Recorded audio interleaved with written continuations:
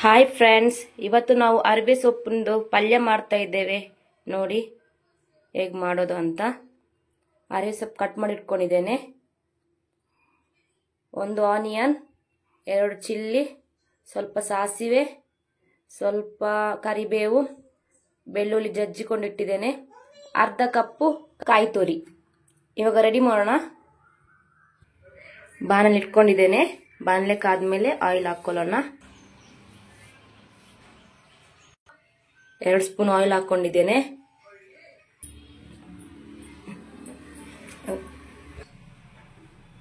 ಇವಾಗ ಸಾಸಿವೆ ಹಾಕೊಳ್ಳೋಣ.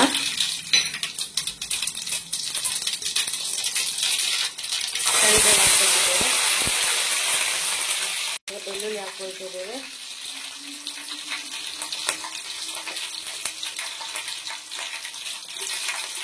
ಈರುಳ್ಳಿ ಹಾಕೊಳ್ತಿದ್ದೇನೆ.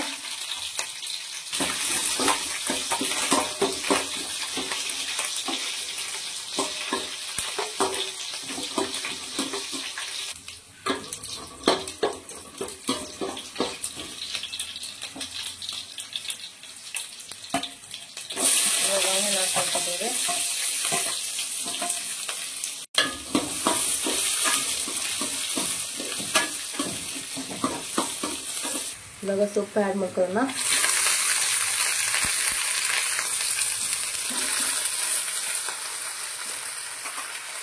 ಸೊಪ್ಪಿಗೆ ನೀರು ಆ್ಯಡ್ ಮಾಡ್ಕೊಳ್ತಾ ಇಲ್ಲ, ಅದನ್ನು ನೀರು ಬಿಡುತ್ತೆ.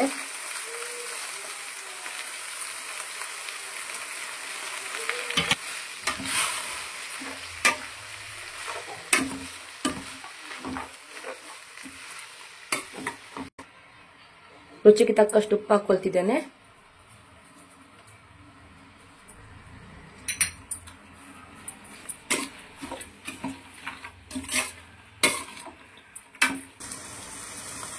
ಮುಚ್ಚಿಡೋಣ.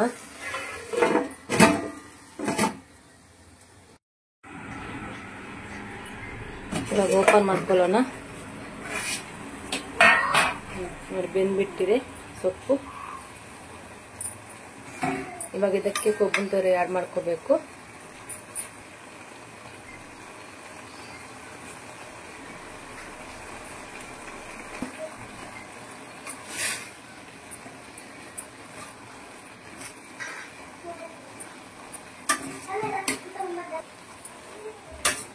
ಇದು ರೆಡಿ ಆಗಿದೆ. ಸೊಪ್ಪು ನೋಡಿ, ಕಲರ್ ಬಿಟ್ಬಿಟ್ಟಿದೆ, ರೆಡ್ ಕಲರ್.